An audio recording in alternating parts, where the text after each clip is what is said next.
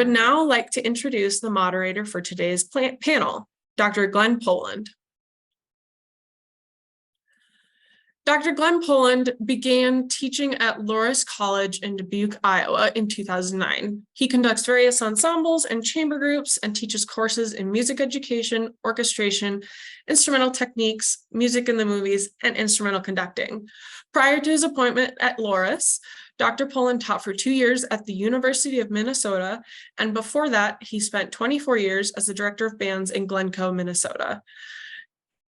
Dr. Glenn Pohland received his BA in music education from St. Olaf College, his MME from the University of Minnesota, and his DMA in instrumental music education and conducting from Arizona State University.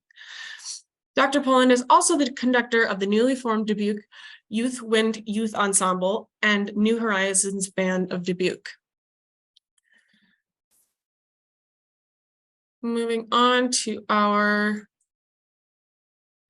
next panelists, we have 3 outstanding panelists who will be joining Glenn today for this session. Please welcome George Andrikokus from Hinsdale Middle School in Hinsdale, Illinois, Rachel Maxwell from Trauber Junior High School in Oswego, Illinois, and Kelly Weddington from Slider Middle School in El Paso, Texas. Thank you all so much for being here today. Glenn, I'll hand things over to you now.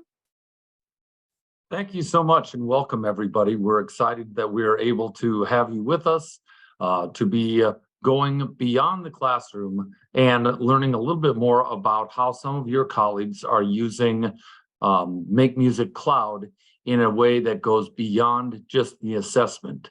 So we're going to let each one of them just give you a brief overview of their positions and what they teach and where they're teaching. And then we'll dig into how each one of them is using the program to its fullest or maximum capabilities in their situation. So Rachel, why don't you start and let everyone know who you are and where you are. My name is Rachel Maxwell, and I teach at Trauber Junior High School, which is in Oswego, Illinois. It's a far southwest suburb of Chicago.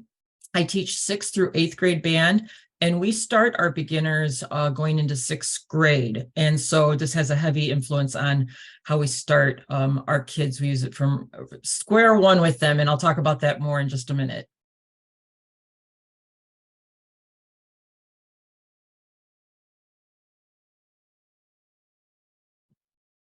Thank you. Well, Rachel, Kelly, why don't you tell us a little bit about yourself? Hi, my name is Kelly Weddington, and I'm from El Paso, Texas. I am teaching at Slider Middle School. I do orchestra, piano, and mariachi. And as a district, we've been using smart music, especially since the pandemic, to help introduce the beginners and stuff like that. Same as Rachel, our students start their program as beginners in 6th grade. I am one of the few teachers that have after school 5th grade program that has the program to benefit from them as well. Thank you, Kelly. George, tell us a little bit about yourself and your situation. Hi, everyone. George Andrikokus from Hinsdale Middle School in Hinsdale, Illinois. It's about 20 minutes west of Chicago. We teach 6th through 8th grade band, and we have our after-school extracurricular jazz program. We run a modified block schedule where we see the students in class every other day and then have sectionals. And our students are one-to-one using Chromebooks. Thank you. And George, since we've got you going right now, why don't you share with all of us, what do you find the most beneficial ways that you're using MakeMusic Cloud?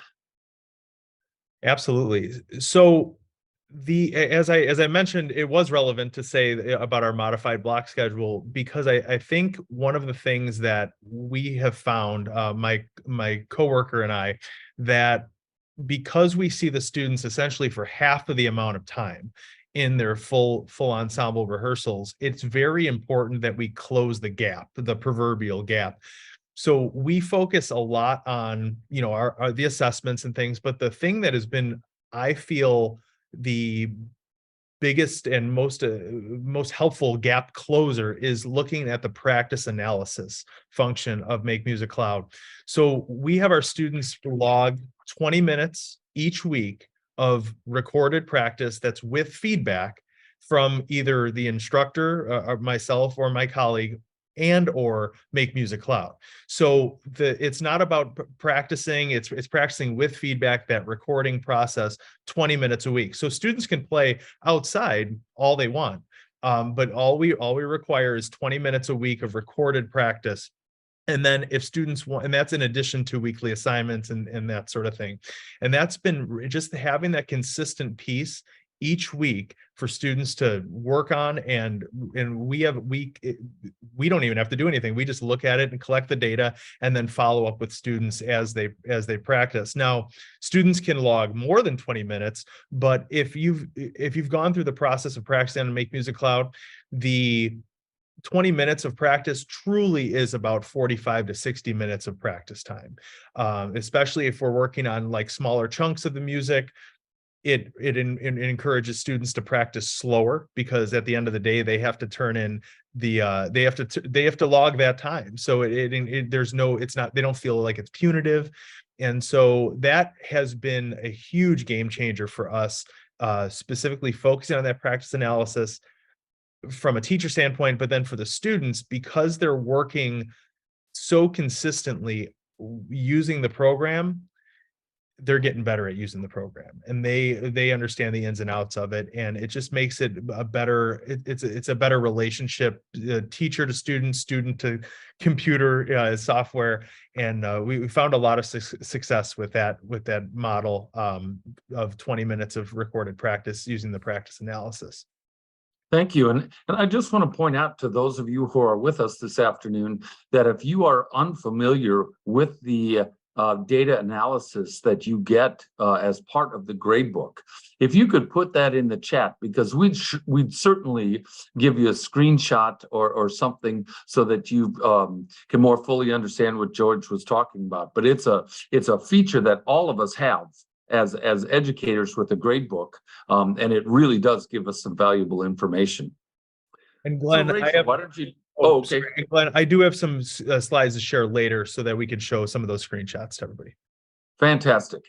Okay, Rachel, tell us about your number one feature and how you would, talk to us about the program. Well, this goes way back, ancient history. I'm sitting at elementary school night for my son's open house when he was in first grade, I think it was, and the teacher puts up on the screen how they introduce reading to kids. And the kids didn't have their own material. They had it up on the screen, and they would highlight the words that they were on, and they would all read together. The teacher would read first, and it was like a light bulb went off in my head. My son is now 23, so this is a long time ago.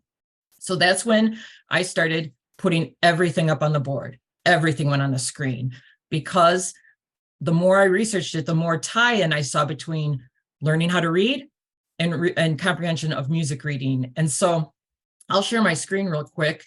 I have a little bit of information here, and my screens, my slide deck is available for everyone. I put it in the link. So if there's any, I'll go through this quick, but if anybody wants a copy of these, they definitely can have them. So this has been a game changer for me. So just comprehension and literacy of music reading and understanding has changed completely. So just real quick, reading draws on vision and hearing. We're trying to see what the symbols look like, sound like, what they mean, and merge that into one piece of information.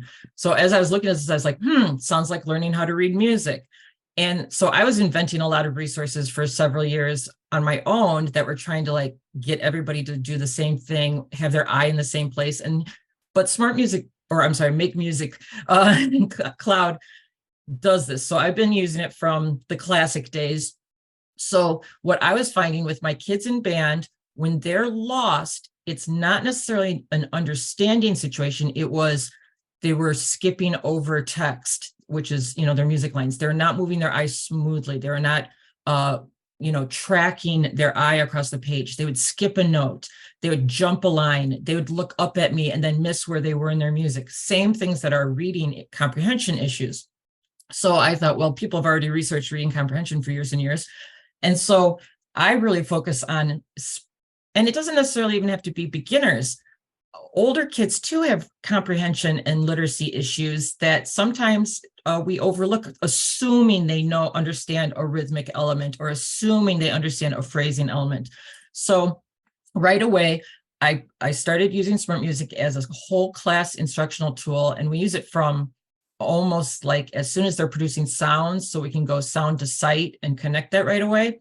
So we wanted our kids to be able to see how to track, and I spend a lot of time teaching them how to track their eye with the cursor and hearing it, how those two connect, that sight and sound connection. And then that kinesthetic connection, like we would maybe say the note names or sing along while we're watching on the screen before we even incorporate our instrument. And then, so when you're like learning to do it as a reader, you must look at every single note. So I have my cursor set, so it's instead of like just ghosting across, it's stopping on every note. So kids start learning how to pace their eye, the duration of the measure and the percentage of that measure that is applied to each note and the relationship of them. They start understanding that better as they see it in real time over and over, and then teaching them how to move through that at the correct tempo.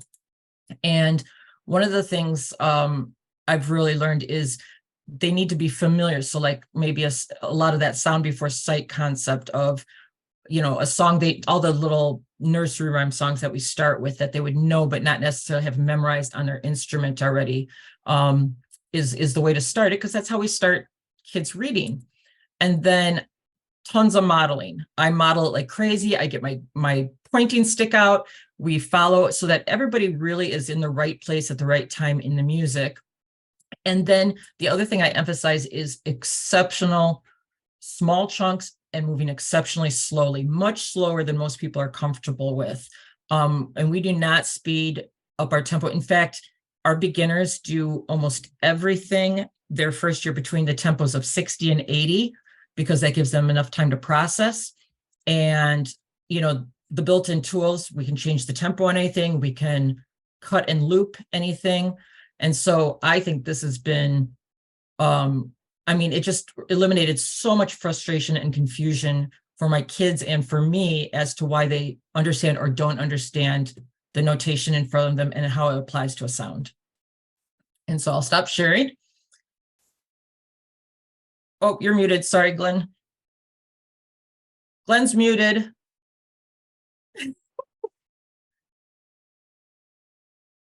Sorry about that. That's okay. But I'm before thinking, we move on, Kelly, Rachel, I know one of the questions we'll get is you've got your 6th grade ensemble sitting in front of you and you're putting a part up on the screen to do all of this. How are you working with the various transpositions of instruments? right. So lots of times we'll start with really basic rhythmic elements, but I will open like 3 or 4 tabs and I'll have the same exercise open in different tabs for each instrument. So I'll tab from the cornet part to the trombone part to the French horn part. And I'll have the kids watch all of them though, because they, even if it's the wrong notes for their instrument, they still can start understanding how we move across the music, the note values, how I'm counting. And it's amazing the amount of material that kids can learn. Like almost all my kids can read treble and bass clef because we're putting both on the screen. And I don't necessarily assess them in that, but they become very familiar with it. Like all the trombones know all the baritone fingerings and back and forth because we're going through and singing note fingerings or positions, and they're hearing that and watching it.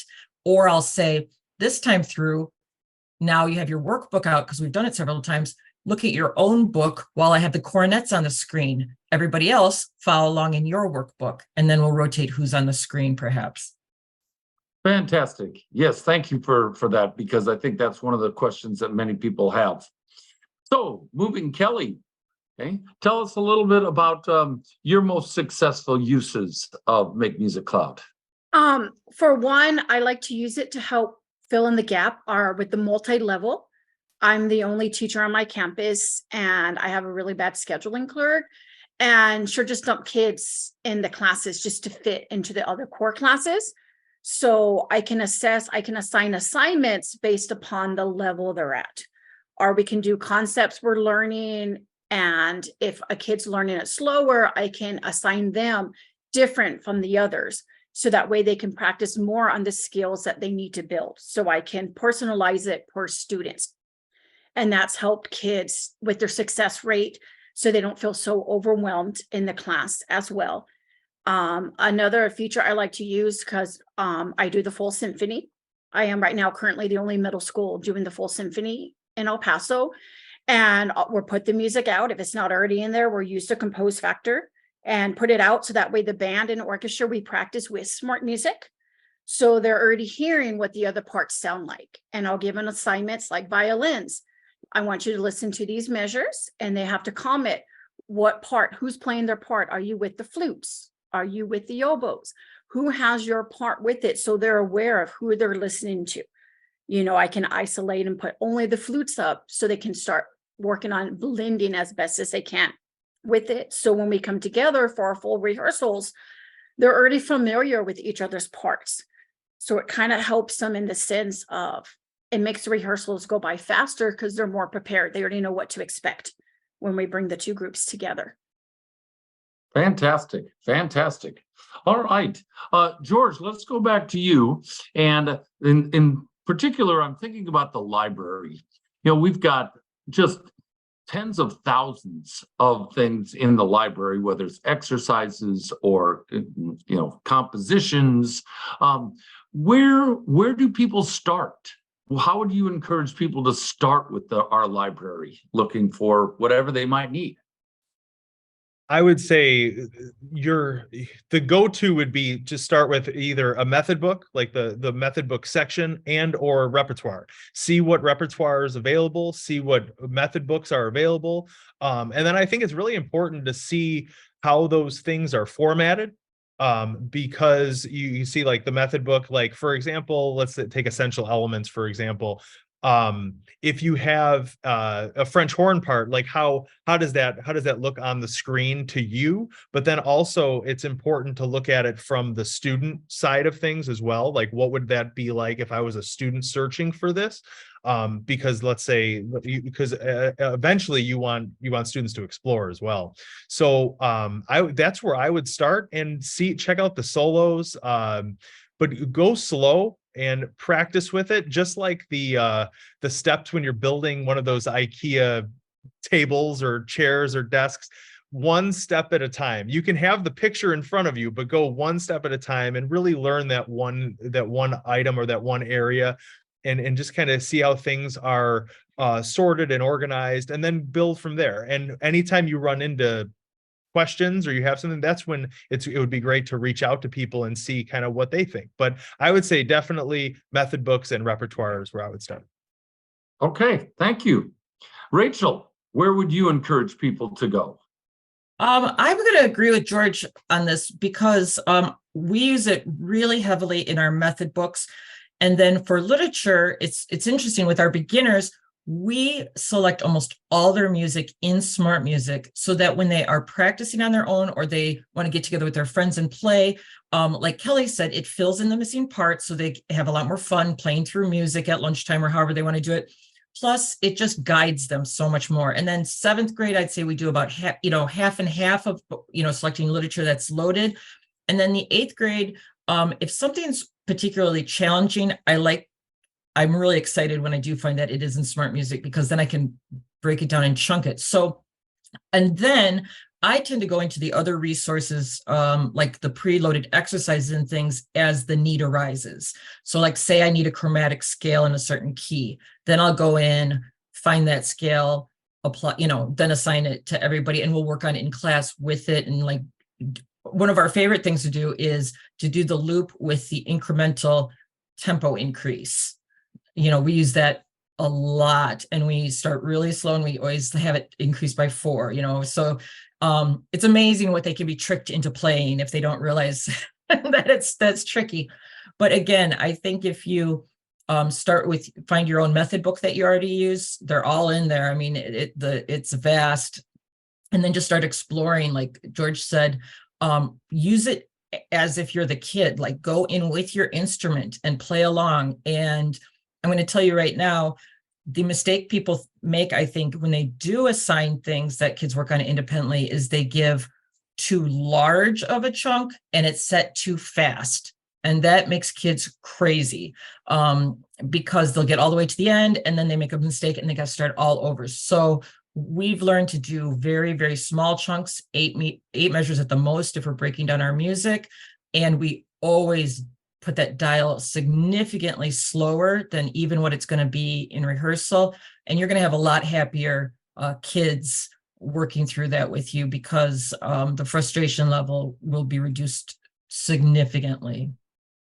Yes, absolutely. Thank you. And I'm going to come right back to you in a minute because you just mentioned a real important feature that I want you to be able to talk more about. But Kelly, before we go back there, where do you encourage people to start when they open the program?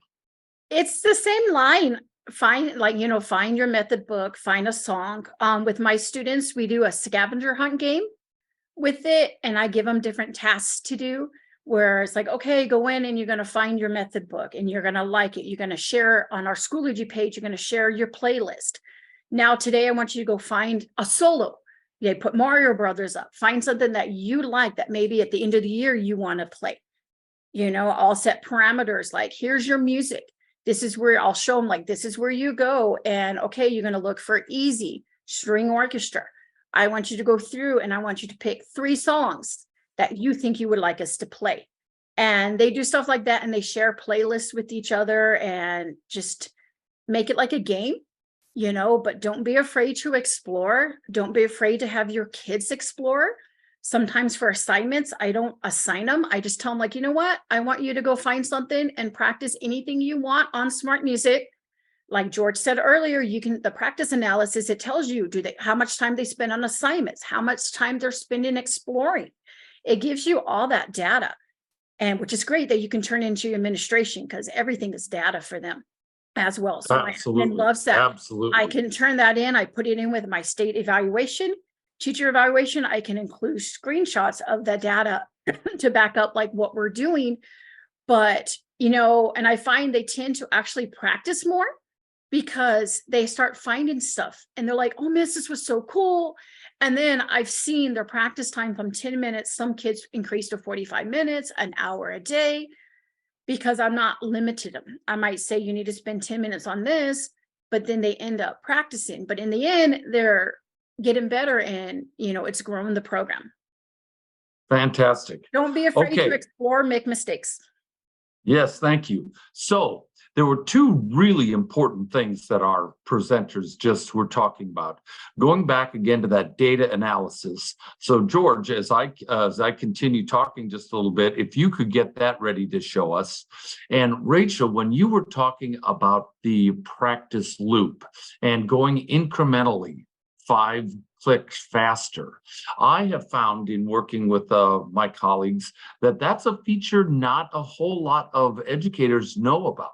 So while George is showing us some of that data and sharing his screen, could you bring up any assignment you want to so that we could see and people can see where they're going there? All right, so George, I believe you've got the screen.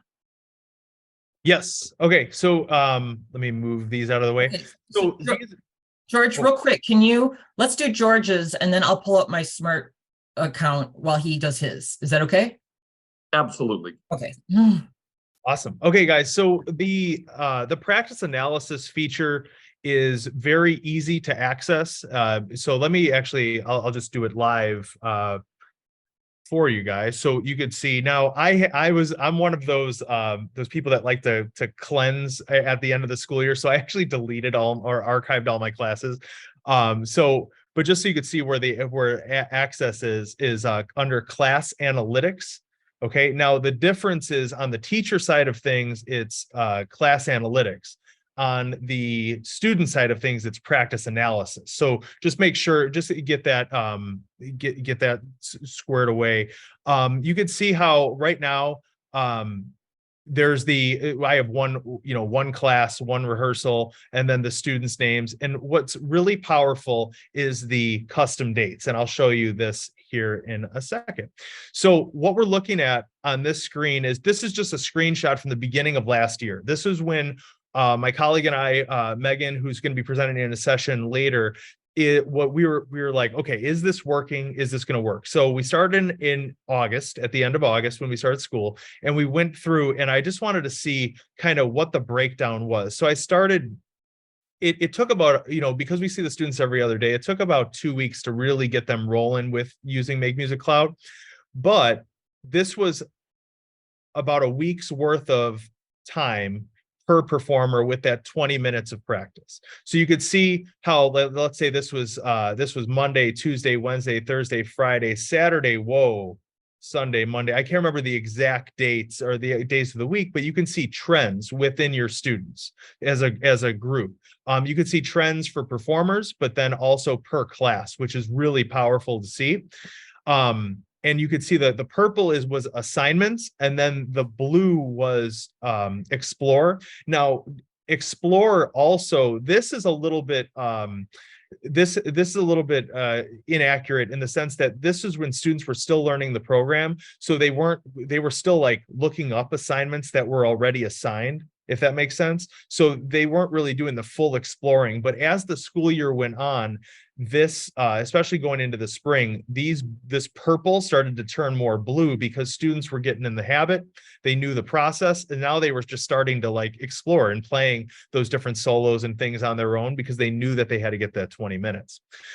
Here's another snapshot. So you could see 59 hours. This was in that same window, 59 hours of practice, 68 hours combined, class weekly average. Okay, class daily average about 18 minutes. So that's kind of where we wanted to be, about 20 minutes of practice. Some went under, some went over. And that data is very powerful. Now this is the thing that made us really like, okay, we're on the right track. In October, we looked at our students. We had about 160 students in the program at the time. This was 330 hours of practice in the month of October. And I think the data right there speaks for itself. You could see the trends on like the weekends where the students were practicing more than during the week, but those students on average, all those classes were practicing consistently. Now it says class daily average 10 minutes. Okay, so we went down, but the thing is there's more consistency. So the biggest thing to look at is combined, and then you can break it down. Like I said, you could break it down to class, or you can break it down even further into the individual and see their progress. So this is an example of what it was like in December. So you could just see some consistency. So this was a week in December prior to our concert, 81 hours of practice. Okay. And it's kind of hard to see, but the biggest thing that we're focused on here is that the students are consistently practicing. At a certain point, the 20 minutes is just an arbitrary number, right? Because you're going to have students that are going to do more. You have students that are going to do less. Some students are going to do less because they just had a busy week, and then they're going to do more the next week. So it all evens out. So this data is so important and so powerful because what it allows us to do, and you can see it and you can mess around with it, and I would encourage you to have fun with it. But when the students are struggling, or let's say they're complaining, well, let's go in and let's look at what are they practicing? How much are they practicing? Oh, it looks like you haven't opened up MakeMusic Cloud in 2 weeks. It's like, no wonder you're having a terrible time. Or, wow, you're really achieving. I can't believe how consistent you're practicing. Here's some extra stuff to work on. The other side of that is, I can't believe how much you're practicing and you're still struggling with this.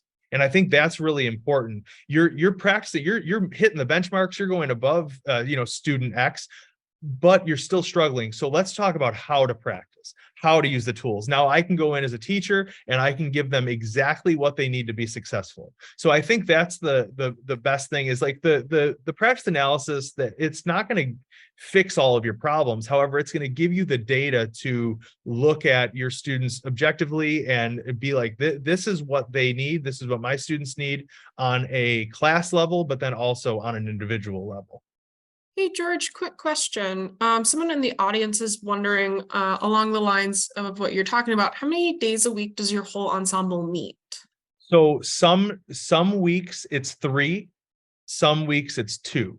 Now, we are very fortunate to have, we co-teach, Megan and I co-teach. So we have every 6 to 8 days, we have small group sectional pullouts for academic pullouts. And again, it's, I don't know what we would do without that, as well as MakeMusic Cloud. Like between those two things, the sectionals, the small group lessons, and MakeMusic Cloud practice analysis, it really allows us to close that gap of seeing the students every other day. So about 42 minutes every class period. And then it's 3 days and then 2 days. So an A-B schedule, it alternates.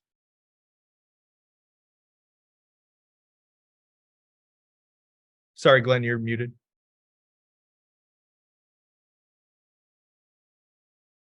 Hang on, Glenn, you're muted. So Rachel, is that something you could show everybody how that loop works? Yeah, sure. And how we can add the tempo to that. Mhm. So let me show you a screen. So I just pulled up something that we're going to do with our summer band here, a trumpet part. And so let's say this little lick right here. Now, how many times would a kid on their own just like play the whole line? So what I can do is go up, click loop, and I'll hit set. So I do my first marker says where we're going to start. And then the second one, I can end it anywhere. So we are pretty consistent about isolating. I'm not going to go on because this is the problem spot. So I don't need to practice the whole line. And then I would set my tempo for something like maybe 60. And then right here, I would say I want it to increase by 4 each time. And you can change it either with the arrow or type in a number. So let me go back here, make sure it's at 60, and then it would count it off, and it would, as soon as we get to the half note, stops, restarts it, and it will incrementally get it faster. And I have found too, if there's still like, clobbering it and it's awful, then I'll just go back over it, and as it's looping, I'll just put the negative sign or reset so that I'll put a 0 here so that we just keep it slow. And as soon as they start getting it, then I'll type that 4 back in, and I don't even have to stop the loop. It just keeps rolling. And then sometimes we can like loop the next chunk. And then what I could do is I can extend it. So I'm like, all right, let's put it into context now. Let's try it with the longer phrase. I can draw this one back and go, okay, let's do the intro to it now and see if we can do it in context. If it's great, let's move on. If not, we can chunk things out, but you can make this as long or short as you want. I mean, sometimes, it's almost like forcing the ensemble to practice good practice technique as an ensemble. Absolutely. And we do that in rehearsals all the time. Of course. We'll say, band, let's start at letter A, and let's go to B, and now let's go back and do it faster. So you're so much on the right track. And I think for everyone with us today, if you've never looked at this looping feature, it's just a wonderful feature, and being able just to increase that tempo, because it really is what we do in rehearsal so often. And I'll tell you, nothing warms the heart of a junior high student more than how fast can we get it. Like, even if it's we'll hit like where we want to be, and they'll be like, can we try to go faster? And I'm like, do you think you can? Yes, we can. And so, sometimes we have like little games where once we all have it where we want it, like we let it get ridiculous, and, everybody stand up and play it and sit down once you miss it. And we have a champion who can do it at, 220 or whatever. So they love that kind of stuff, because then it makes it fun to drill. It makes it fun to have little goals. And when you hit the goals, it builds in its own reward to doing well at it. Absolutely. Good. Thank you for sharing that. Kelly, we're talking about assignments quite a bit here, and sending things out and working with that. Can you share with us some of your most effective assignments, or what do you find? Because students, we all know how students are. Oh, I have another MakeMusic assignment. But how do you approach giving those assignments? Well, I do stuff similar like with George, where they have to record. I give them set assignments where they have to record, but I do make games out of it. Like we're fun Fridays, be like, okay, guys, we're going to play orchestra volleyball. And I'm going to put your assignments in smart music of what the other team can call to score the point. So they're going to go in and they're going to practice. And I say, okay, out of the 10 assignments, you have to submit one. You pick one, you can record one to me. A lot of times I like to give them options, because when they have options, they feel like they take ownership with it. It's not so much I'm telling them you have to do this. They kind of can pick, they have a little bit of freedom. So we're used to assignments like that. I'll put the assignments in there where they don't record. I'll tell them, like, you know what, we need to work on this. If it's not better, then you guys are going to have to record. This is your tool to help you be more successful. I use it for my kids who have anxiety. I don't do playing test one-on-one, because my philosophy is I'm not going to make or break a student. I don't want that to be the reason why they drop the program. It's because they have to play by themselves. Some people aren't soloists. There's always those kids that will always volunteer to play. And, and the kids have told me as well, like, this has really helped the anxiety. We trick them into practicing, because 95% of the time, a kid is not going to send a bad sounding recording or a bad video. Like, at the very end, I started using the videos where the kids can see the video that they're playing. Is their position right? How are their wrist, their hand? Are you slurring correctly? So they can see what they look like. I tell my kids practice in front of a mirror. Doesn't mean they always do, but it kind of gives them a glimpse of their stuff that they look like, and it just helps them. But a lot of kids find it funner to practice, and it helps. If they don't know a note, they can click on it. It tells them how to play. It helps their tuning, in tune, out of tune. They get that immediate feedback, with it. But I think in my 18 years of teaching, I've had 2 students send like really bad videos. And I was like, you really want a 40? Because I'm going to give you a 30. Like, I've only had 2 kids, and they tend to practice it over and over with it as well. And I find, putting the assignments up there for them to do, but not to record. If they're struggling on something in class, the kids now will ask me, Miss, can you give the assignment so they can go directly to that point, so they don't have to go in. They have the music in the playlist, but they can go directly to it to practice it. And some kids send it just like, I was bored, so I sent you a song. Well, that's fantastic. Yeah. I'm like, I think we'd all like to know more about this musical volleyball. That sounds like such a great idea, but we're really coming to the close, and we want to leave some time for some questions. But George, if you could add one thing to your colleagues to tell them, about the strength of MakeMusic Cloud, what would that be? Feedback. The amount of feedback that it provides to students, to directors, to parents, if you will share that information, is invaluable. And it's all actionable feedback. It's all things that we can take right now, like, and apply and work on and improve. And we're just constantly moving the bar forward, little by little, whether that's tempo, whether that's new music, whether that's an amount of practice time, whether that's and you name it, anything that you can think of to move that needle for student performance and engagement and student learning. It's the feedback component of MakeMusic Cloud and the data that it provides. That right there is sold. Fantastic. Rachel, how about for you? I think one of the most valuable parts is that it provides a model, an exemplar for the kids. I've had some people say, well, your interpretation is going to sound exactly like whatever Smart Music just said. I said, if my junior high band sounds like the Smart Music sample, I'm going to be pretty happy about that. And, it does teach the kids the rubatos and acelerandos and things. If they learn to play along with it, they can experience it physically with an exemplar model with them. So I just really like that, because it's a sound art. So they have to hear what our goals are instead of just seeing and verbalizing it. Excellent. Kelly, can you add something to that yet? Yeah, mine, I guess, is more towards the string teachers.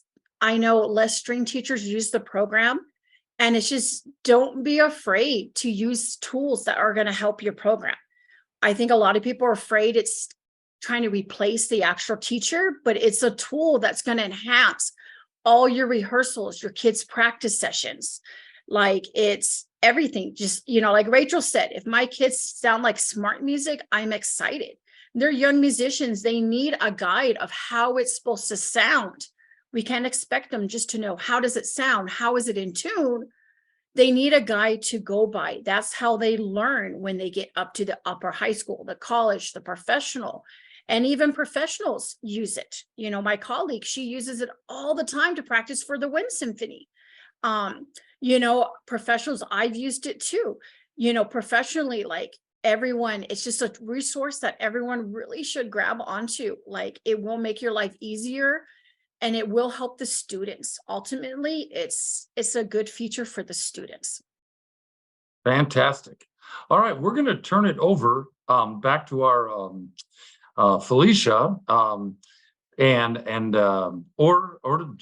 put it out there to those of you with us for questions, and you can type those in the chat, or you can ask them through the website, because we are very happy to answer any questions that might be out there.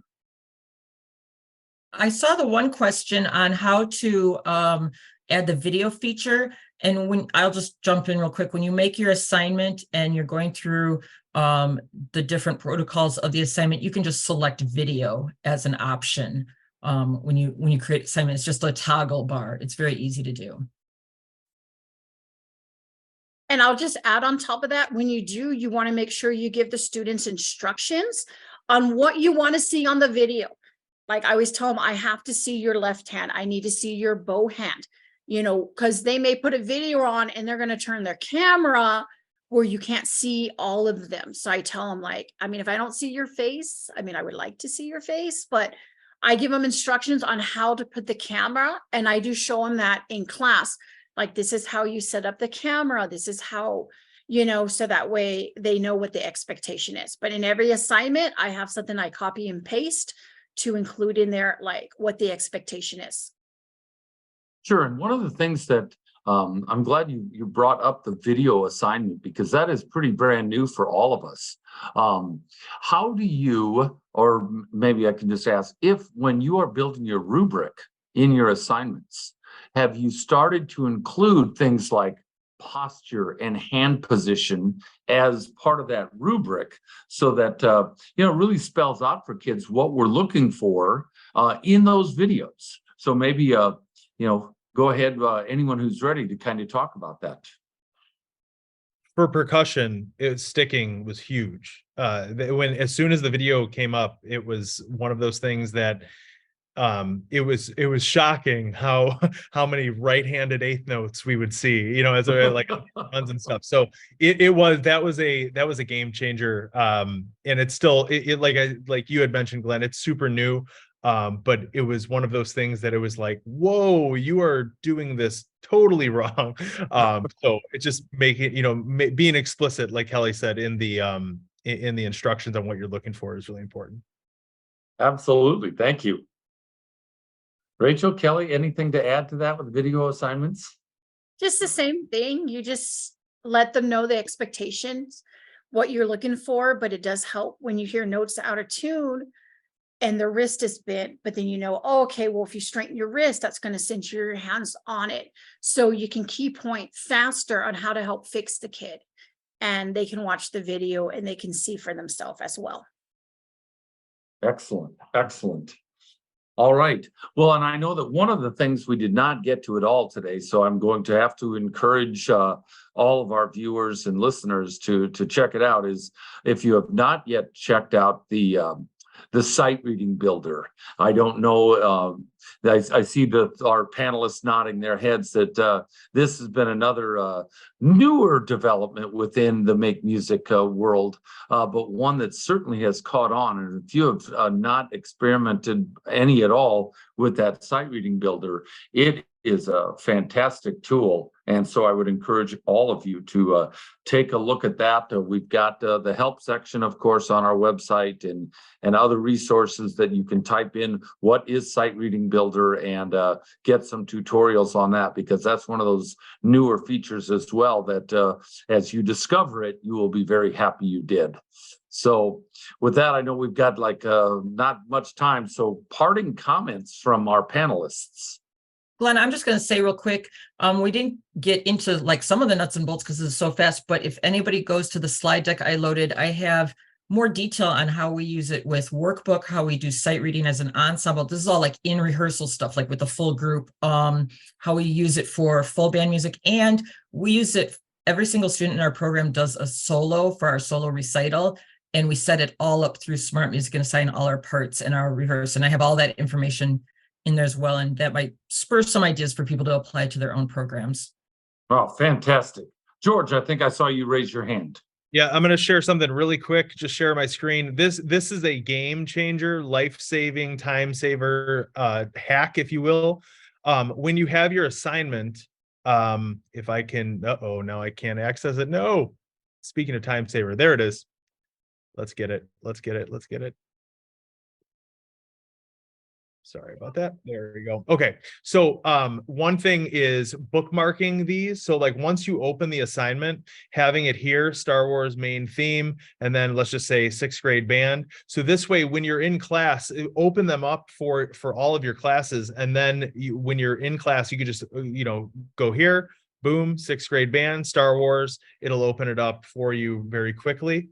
And when in your assignments, start with easy tolerance. That just start with easy tolerance. And if you want to go up, you can, but easy tolerance will do it. That'll get you there to get really fulfilling, fulfilling level of performance with a lot of students. And probably another thing we didn't get to demonstrate at all was changing the tolerance levels for some of these assignments. So Kelly, any parting things that you'd like? No, I guess real quick on the sight reading. My kids like to sight read daily. I made it into a game. I call it orchestra karaoke. And I put the bar up. Instead of following the bouncy ball, they have to follow the cursor by section. And I'll do it by section. And the kids, they always ask, can we start class with orchestra karaoke? And we spend the first 5-10 minutes. But even with the beginners, set the parameter, what you want, what they know. And it just reinforces because they're not looking up at the screen, not in the book. So there's no note names, no nothing on the screen. And it really encourages them more on their reading skill. Wonderful. All right. Well, thank you all so much.